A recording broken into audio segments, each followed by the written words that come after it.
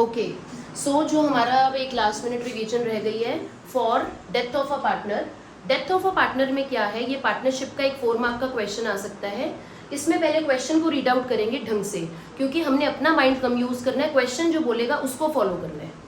Death में क्या होगा, बोलेगा अ पर्टिकुलर पार्टनर डाइड। तो पहला आपने क्वेश्चन ये देखना है कि बैलेंस शीट कहाँ क्लोज हो रही है, मान लो वो 31 मार्च को हो रही है। फिर देखना है कि डेट ऑफ डेथ क्या है, तो डेट ऑफ डेथ मान लो कि 30 सितंबर है, तो आपने जो कैलकुलेशन करनी है वो 6 मंथ्स की करनी है। लेकिन 6 मंथ्स के अकॉर्डिंगली क्या देना है, वो चीजें देनी है उस डिसीज्ड पार्टनर के घर वालों को, जो चीजें उसे रेगुलर बेसिस पे मिलती थी, जैसे कि प्रॉफिट, जैसे कि इंटरेस्ट ऑन कैपिटल, जैसे कि सैलरी, जैसे कि इंटरेस्ट ऑन लोन, वो चीजें तो देनी है टाइमली बेसिस पे। लेकिन जो चीजें बैलेंस शीट के अंदर होती हैं, जैसे कि जनरल रिजर्व, गुडविल, P&L, ये सब चीजें टाइम बेसिस पर नहीं होती। ये सब चीजें कैसे होती हैं, ये सब चीजें लाइफ टाइम बेसिस पर होती हैं। तो उसमें डायरेक्टली उसका शेयर कैलकुलेट करना है। उसमें क्या करना है, 6 मंथ्स 2 मंथ्स का मैटर नहीं है। मान लो कोई 1 अप्रैल को ही डेथ हो गई, तो ये थोड़ी है कि उसे गुडविल रिजर्व कुछ नहीं मिलेगा, उसको बैलेंस शीट वाले आइटम्स का उसका शेयर कंप्लीट मिलेगा। जो एनुअल बेसिस पे चीजें होती हैं या मंथली बेसिस पर होती हैं, वो टाइम के अकॉर्डिंग करनी है। अभी आप जैसे ये क्वेश्चन देखेंगे, MVG 3 पार्टनर्स हैं, 212, ये बोर्ड में आया हुआ क्वेश्चन है, मैंने थोड़ा सा मॉडिफाई किया है, so you can check the level also. MVG का रेशो था 212। M डाइड ऑन 30 सितंबर 2019, ठीक है। तो M की डेथ हो गई 30 सितंबर 2019 को।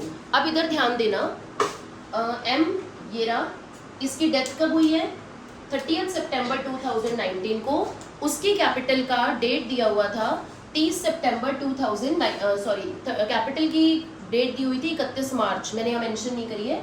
उसकी कैपिटल थी 2 lakh. General reserve balance sheet में था 38,000, बैलेंस शीट में जनरल रिजर्व था 38,000, उसमें मंथ का कोई लेना देना नहीं है, वो लाइफ टाइम के लिए मिलेगा। उसके एग्जीक्यूटर को क्या क्या देना है, ये आप क्वेश्चन से पढ़ेंगे, जैसा क्वेश्चन में लिखा है उस according you are going to solve it.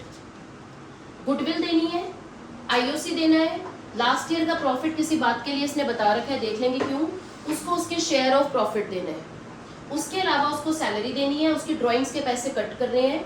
कहता है M की कैपिटल अकाउंट बनाओ to be rendered to his executor, मतलब उसके घर वालों को या जो भी लीगल रिप्रेजेंटेटिव है उसको जितना पैसा बनता है वो कैलकुलेट करके बताइए, और उसके एग्जीक्यूटर को 50% अमाउंट इमीडिएटली भी देना है। अब ध्यान से समझना कैसे होगा। सबसे पहले ये फॉर्मेट बनेगा, M's capital account, particulars amount. Normal जो पार्टनर कैपिटल हम बनाते थे, पर्टिकुलर ABC, तो हमने सिर्फ एक पर्सन का इसमें कॉलम बनाना है जिसकी डेथ हुई है। पार्टनर को अगर कुछ देना है तो क्रेडिट, और अगर पार्टनर का कोई लॉस है या उससे कोई पैसा कट करना है तो debit. First step, by balance BD is 2 lakh, ये ली यहाँ पे 2 लाख रुपए इसकी कैपिटल थी, मैंने यहाँ पर कॉपी कर ली। उसके बाद वो बोल रहा था कि उसके जनरल रिजर्व का शेयर था, जनरल रिजर्व था 38,000, उसमें मैं टाइम कंसीडर नहीं करूंगी, डायरेक्टली 2/5 उसका शेयर बनता है, 15,200 उसकी जनरल रिजर्व का शेयर उसको दे देंगे बाय जनरल रिजर्व। जो हम पार्टनर्स के एडमिशन रिटायरमेंट चैप्टर में करते हैं वही करना है। उसके बाद आ गया गुडविल का, गुडविल कैसे देनी है, क्वेश्चन ही पढ़ेंगे। Goodwill of the firm to be valued at, goodwill of the firm कैसे वैल्यू होगी, at 3 years purchase, 3 years purchase मतलब 3 से मल्टीप्लाई करना है, of average profit of last 3 years that is 30,000। तो लास्ट 3 साल का एवरेज प्रॉफिट था 30,000। गुडविल लाइफ टाइम की होती है इसलिए मंथ्स कंसीडर नहीं होंगे। आप क्या करेंगे, 30,000 गुडविल ऑफ द फर्म है, उसमें उसका शेयर निकाल लेंगे 2/5, तो कितना आ जाएगा, 2/5 है ना, 2/5 निकाल लेंगे 12,000, सॉरी 30,000 तो एवरेज प्रॉफिट था, और गुडविल कैसे निकलेगी, इंटू 3 करके, that is number of years of purchase, बोला है ना उसने 3 years परचेज, तो 90,000 इंटू 2/5 करेंगे तो ये हमारा आ जाएगा 36,000। 36,000 को कौन देगा, इसको 36,000 रुपीज गुडविल कौन देता है रिटायरमेंट और डेथ में, रिमेनिंग पार्टनर्स गेनिंग रेशियो में। तो रिमेनिंग पार्टनर्स कौन कौन है, V और G गेनिंग रेशियो में देंगे, दैट इज 1:2। तो कैसे करेंगे, 36,000 इंटू 1/3, 36,000 इंटू 2/3, ये गुडविल को मैंने इसको पे कर दिया बाय V बाय G 12,000 और 24,000, ये हमने इसको गुडविल दे दी। उसके बाद क्वेश्चन क्या कहता है, IOC दो 6%, देखो इंटरेस्ट ऑन कैपिटल तो हर साल दिया जाता है, तो उतनी ही कैपिटल उतने ही टाइम के लिए देंगे जितने टाइम वो हमारी फर्म का पार्टनर था। तो 2 lakh is the capital amount, 6% is the rate as given in the question. 6% IOC, 6% and 6 months, April to 30th of September. तो हमने 6000 उसे IOC दे दिया. अब सैलरी का इजी सा पॉइंट है, पहले वो कर लेते हैं. सैलरी देनी है एम को 12,000 पर एनम मतलब पूरे साल की, तो वो तो 6 महीने था, तो 12,000 का 6 महीने कितना हो गया, 6,000 रुपये सैलरी दे दी. अब IOC और सैलरी की जगह I can write P&L suspense also. उसके बाद ये P&L सस्पेंस कौन सा है, उसके घर वाले बोलेंगे कि 6 मंथ्स उसने काम किया तो 6 मंथ्स का तो उसको प्रॉफिट दीजिए. क्योंकि साल कंप्लीट नहीं हुआ है तो हमें P&L एप्रोप्रिएशन तो हम बना नहीं रहे हैं और ना ही P&L एप्रोप्रिएशन से उसे प्रॉफिट दे सकते हैं. So what you have to do is P&L appropriation की जगह you open a fictitious account P&L suspense और उससे उसके घर वालों को प्रॉफिट का शेयर दे दीजिए. प्रॉफिट का शेयर कैसे देंगे, लास्ट ईयर प्रॉफिट इसने बोला है बेस लेना है. देखो इधर M is to be given his share of profit on the basis of last year profit. कई बार बोलेगा लास्ट ईयर, कई बार बोलेगा एवरेज प्रॉफिट, तो वो तुम्हें रीड करना पड़ेगा कि कैसा बेस लेना है. लास्ट ईयर प्रॉफिट इसने खुद ही बता रखा था हमें कि 50,000 है, तो 50,000 इंटू 6/12 क्योंकि 6 मंथ्स थे, इंटू 2/5 उसका शेयर था, तो 10,000 रुपीज मैंने उसको प्रॉफिट दे दिया. अब इसकी ड्राइंग्स थी 10,000, मान लो इंटरेस्ट ऑन ड्राइंग्स भी होता तो वो भी मैं कट करके यहाँ पर लिख लेती if given in the question, क्योंकि डीड बोलती है अगर नहीं बताया गया तो IOD अपने आप चार्ज नहीं करनी. तो इस क्वेश्चन में नहीं बोला, I am not going to charge it. अब क्या करूंगी, इधर का टोटल किया 273,200, इसमें से 10,000 लेस किया, 263,200 मेरा आंसर आ गया. अब इसके घर वालों के ऊपर हम हैंड ओवर कर देंगे 263,200 का बैलेंस. अब क्वेश्चन कहता है कि इसके हाफ इसके एग्जीक्यूटर को देना है, तो हाफ कैसे देंगे एग्जीक्यूटर को, इसकी तो डेथ हो गई, तो एग्जीक्यूटर को देंगे ना, तो उसके लिए क्या बनाना पड़ेगा, एग्जीक्यूटर अकाउंट. तो एग्जीक्यूटर अकाउंट हम कैसे बनाएंगे अब,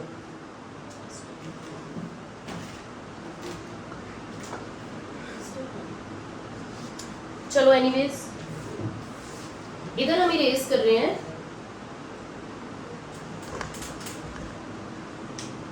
अब हमने क्या करना है, एग्जीक्यूटर का अकाउंट बनाना है. AIIMS executors account, particulars amount. सबसे पहले एम का बैलेंस इधर लिख लीजिए. एम की कैपिटल के थ्रू कितना ट्रांसफर हुआ है, ये रहा 263,200. हाफ वो कह रहा है उसे कैश में दे दीजिए, इसका हाफ यहाँ करके यहाँ लिख देना और बाकी एम के एग्जीक्यूटर के लोन में चला जाएगा, जो लेटर ऑन उसे विद इंटरेस्ट मिल जाएगा. तो जो भी आएगा इसको आप डिवाइड करके यहाँ पर कर लेना. So this is all about death chapter. Okay, अभी मैं तुम्हें कुछ एंट्रीज और करवा रही हूँ जो पार्टनरशिप की एग्जाम में आ सकती हैं.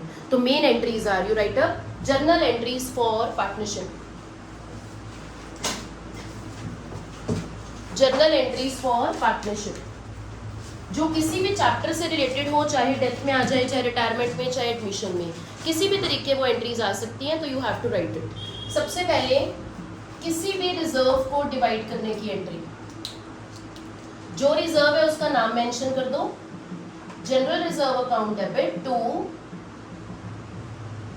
As capital to B's capital.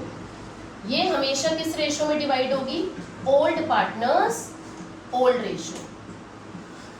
P&L अगर कुछ नहीं बोला तो हमेशा इसे क्रेडिट बैलेंस मानते हैं, अगर कुछ नहीं बोला तो P&L का क्रेडिट बैलेंस मानते हैं, यानी कि प्रॉफिट मानते हैं. तो पार्टनर A और B को मिलेगा तो A और B will be credited. P&L account debit to A's capital account to B's capital account, again old partners old ratio.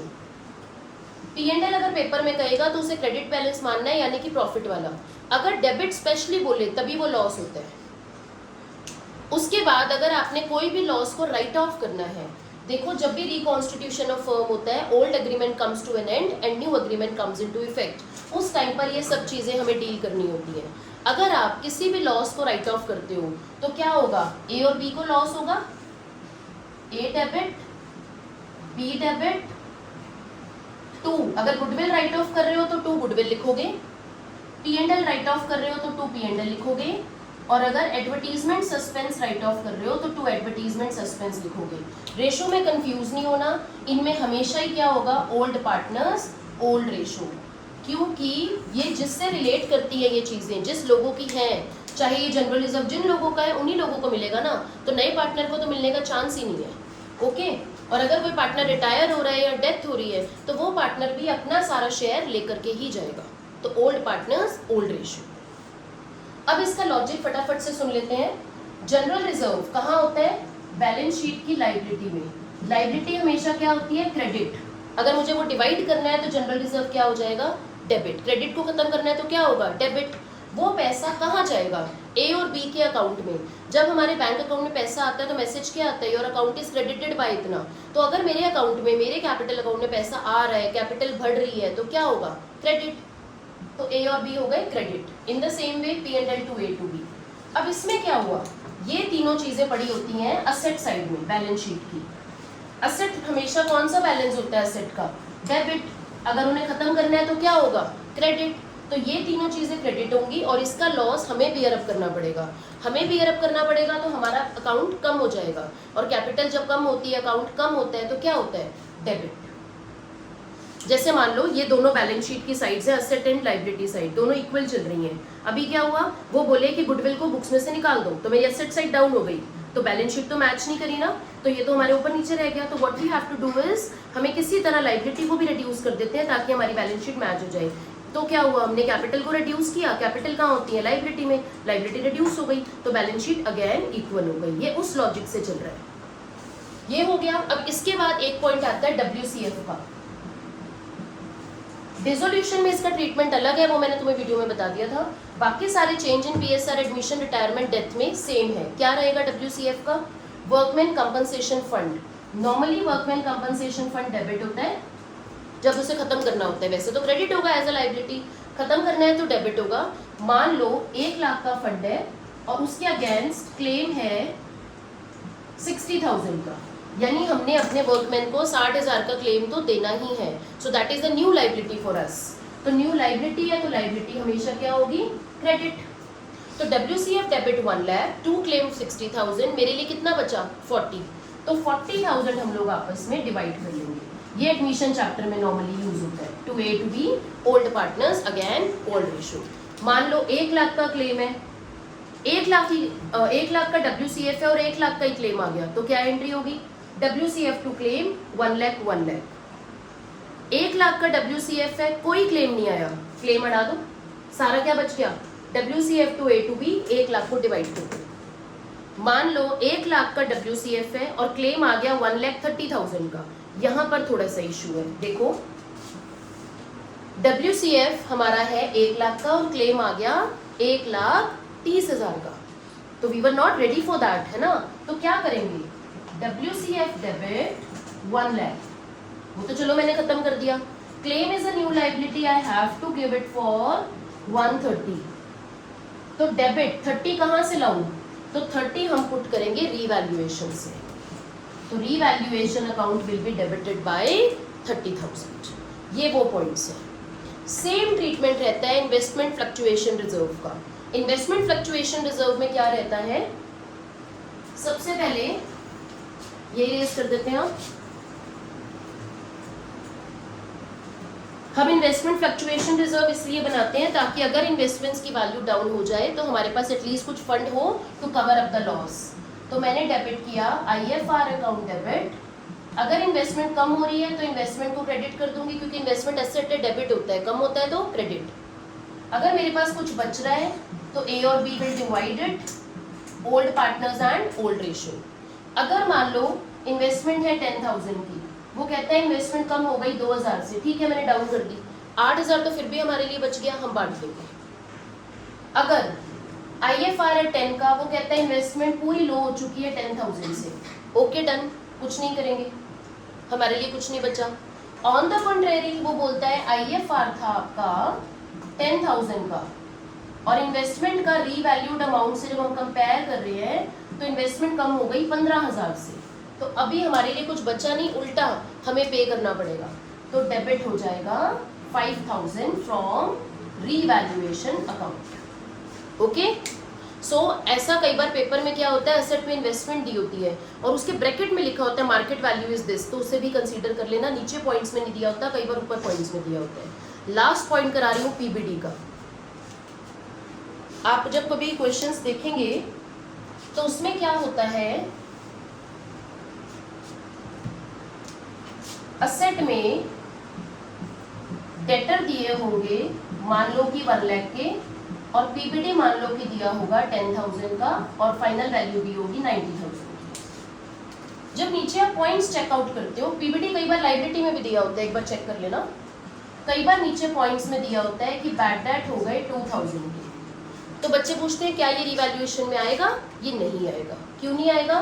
क्योंकि ऑलरेडी प्रोविजन था 10 का, बैड डेट तो 2 का ही हुआ है, तो रिवैल्यूएशन में नहीं आएगा। बैड डेट हो गया 5 का, रिवैल्यूएशन में आएगा? नहीं आएगा। बैड डेट हो गया 10 का, रिवैल्यूएशन में आएगा? नहीं आएगा। बैड डेट हो गया 12 का, अब मेरे जितना मैंने एक्सपेक्ट किया था उससे ज़्यादा नुकसान हो गया, अब आएगा रिवैल्यूएशन में। क्या आएगा? 2 डेटर्स। कई जगह इधर बैड डेट भी लिखा होता है, but it's better to write 2 debtors 2000, क्योंकि revaluation of assets and reassessment of liabilities होती है, तो हम कोशिश करते हैं कि उसके अंदर असेट और लाइबिलिटी का नाम ही लिखा जाए। सो आई राइट हियर 2 डेटर्स 2000। और 1-2 पॉइंट्स इसमें ये आते हैं कि कोई अनरिकॉर्डेड एसेट थी, अभी उसे बुक्स में लाना चाह रहे हैं हम on the time of reconstitution, तो आप इसे बुक्स में ले आइएगा। जैसे व्हीकल है कोई, तो उसे आप बुक्स में ला सकते हैं। और अगर मान लीजिए बोलेगा कि कोई ओल्ड स्क्रैप बिक गया हमारा, और उस स्क्रैप में at the time of reconstitution of firm हमें 5,000 रुपीज़ मिल गए, तो उसको आप क्या लिखेंगे स्क्रैप वाले को? बाय कैश, क्योंकि कैश आएगा ना जब स्क्रैप बेचेंगे, बाय स्क्रैप नहीं लिखेंगे। इन द सेम वे वो कहता है किसी एम्प्लॉय की कोई इंजरी हो गई, हमें उसे देना पड़ गया पैसा, और हमारे पास WCF भी नहीं है, तो कोई बात नहीं, आपने पैसा दिया ना, तो आप क्या लिखेंगे यहाँ पर? 2 कैश या 2 बैंक। और अगर वो क्लेम अभी पेंडिंग है तो क्या लिख देंगे? 2 क्लेम। अब रेशो में बच्चे थोड़ा सा कंफ्यूज होते हैं कि कौन सा रेशो कहाँ काम आता है, तो ये final point soon low. Premium for goodwill admission chapter में सैक्रिफाइसिंग रेशो में बटेगा। गुडविल का adjustment retirement and death chapter में गेनिंग रेशो में होगा, ठीक है। उसके अलावा चाहे एडमिशन चैप्टर में जो 3 कैपिटल एडजस्टमेंट है वो हो, चाहे रिटायरमेंट में हो, कैपिटल जब भी एडजस्ट होती है न्यू रेशो में होती है। वो तो ज़्यादातर न्यू रेशो दिया नहीं होता, तो old is considered as new, नहीं तो इसका लॉजिक तो न्यू रेशो का ही है, क्योंकि फ्यूचर होता है ना, तो फ्यूचर तो नए रेशो में ही आएगा। इसके अलावा जो कुछ भी हो, everything, every reserve, everything, revaluation का फायदा नुकसान, डिसोल्यूशन में रियलाइजेशन का फायदा नुकसान, everything old partners old ratio, ये कंक्लूजन है इन सब चीजों का। Okay, gaining ratio, this is in new ratio, and everything else in old partners old ratio. और कैपिटल एडजस्टमेंट जरूर कर लेना एडमिशन चैप्टर का, वो भी थोड़ा सा बता देती हूँ इन शॉर्ट। मान लीजिए कैपिटल एडजस्टमेंट आ गया, ए बी ऑलरेडी पार्टनर्स थे 3:2 में, सी आ रहा है फॉर 1/4 शेयर और बोलता है मैं 1 लाख कैपिटल लाऊंगा, ऐसा बोलता है। उसके बाद हमें बोलता है कि the capitals of old partners A and B will be adjusted according to C and necessary adjustments will be done through cash account और करंट अकाउंट। एक चीज बोलेगा, या तो कैश बोलेगा या करंट बोलेगा, लेकिन अगर कुछ नहीं बोला तो कैश मानना है, ठीक है। तो अब सी बोल रहे हैं मैं 1/4 हिस्से के लिए आ रहा हूँ और 1 लाख कैपिटल ला रहा हूँ और मेरे अकॉर्डिंग तुम दोनों एडजस्ट करो। तो बच्चे क्या करेंगे, सबसे पहले रिवैल्यूएशन अकाउंट बनाएंगे, फिर पार्टनर्स कैपिटल अकाउंट बनाएंगे, नॉर्मल जैसे बनाते हैं by balance PT, by PFG वगैरह सब कुछ करके। उसके बाद कैपिटल एडजस्टमेंट का एक वर्किंग नोट बनाएंगे। सी आ रहा है 1/4 शेयर 1/4 के लिए और 1 लाख रुपीज कैपिटल कंट्रीब्यूट कर रहे हैं, तो टोटल कैपिटल अकॉर्डिंग टू सी कितनी आ रही है? 1 लाख इंटू, इसको उल्टा कर दो, रेसिप्रोकल 4/1 4 लाख। वो कह रहा है टोटल कैपिटल मेरे आने के बाद 4 लाख होनी चाहिए, उसमें से वो बोल रहा है 1 लाख तो मैं ही ला रहा हूँ, कितनी रह गई? 3 लाख। 3 लाख किसे कंट्रीब्यूट करनी पड़ेगी? ए और बी को न्यू रेशो में, याद रखना न्यू रेशो में, बट कुछ नहीं बोला तो old is considered as new. तो 3 लाख को हम 3:2 में डिवाइड कर देंगे, तो कितना आ जाएगा 180 एंड 120। तो जब पार्टनर कैपिटल अकाउंट बनाऊंगी उसमें 2 बैलेंस सीडी में लिख दूंगी 180, 120 और 1 लाख, और डिफरेंस आ जाएगा बाय कैश या बाय करंट। वो क्या होता है बाय कैश बाय करंट? वो आंसर होता है दोनों साइड्स का। जो बैलेंसिंग फिगर होती है ना, डेबिट में से क्रेडिट माइनस करके जो डिफरेंस आएगा, उधर आ रहा है तो बाय करंट, इधर आ रहा है तो to current. This is one case. अब आ जाओ सेकेंड केस पे।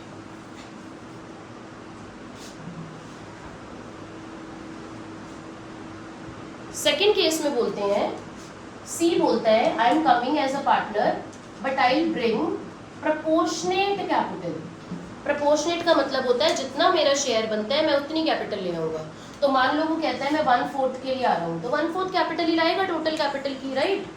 तो क्या करो, नॉर्मल रिवैल्यूएशन बनाओ, नॉर्मल पार्टनर्स कैपिटल बनाओ।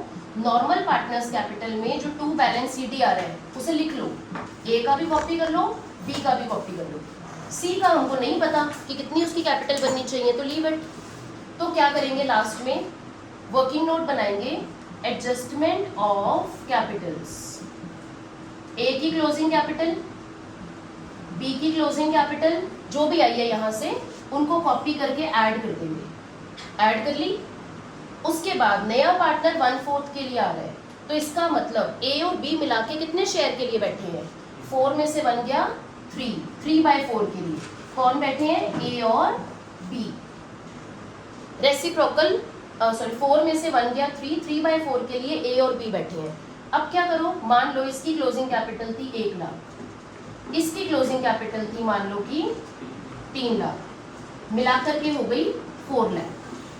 4 लाख कितने शेयर के लिए है, 3/4 शेयर के लिए, है ना, क्योंकि ए और बी की और ए और बी का शेयर कितना है 3/4। तो total capital of the new firm कैसे निकलेगी, 4 लाख इंटू, जब टोटल निकालना होता है ना तो जिस पार्ट का पता होता है उसको उल्टा कर देते हैं। ऐसा क्यों, मान लो मैं आधे शेयर के लिए 50,000 दे दूँ तो पूरे के लिए कितना दूंगी, 1 लाख। कैसे किया, 50,000 इंटू 1/2 को रेसिप्रोकल 2/1 इंटू 4/3। और मैं हमेशा बच्चों को बोलती हूँ यहाँ पर सॉल्व नहीं करना इसको, इसमें उसका शेयर निकाल लो सी का।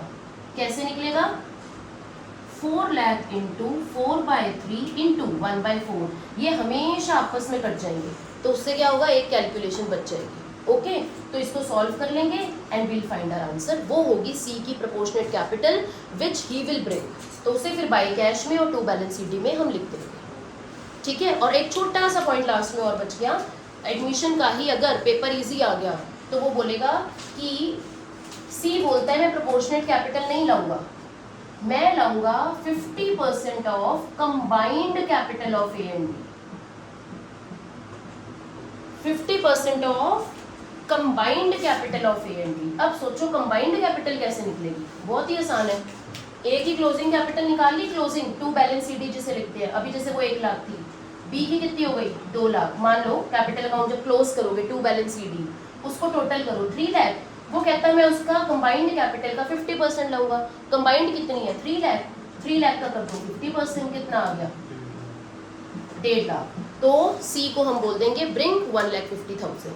What would be the entry, cash to capital, और प्रीमियम लाने की क्या होती है, cash to premium for goodwill. Premium divide करने की क्या होती है, premium to A to B. अगर नया पार्टनर प्रीमियम नहीं ला रहा तो कहाँ से लेते हैं, करंट अकाउंट से। क्या एंट्री होती है, C's current account debit to A's capital, पूरा लिख देंगे to B's capital. Which ratio, sacrificing ratio. So this was all about partnership. So this is the last video for this session. Thank you very much. All the very best. God will bless you. Best wishes.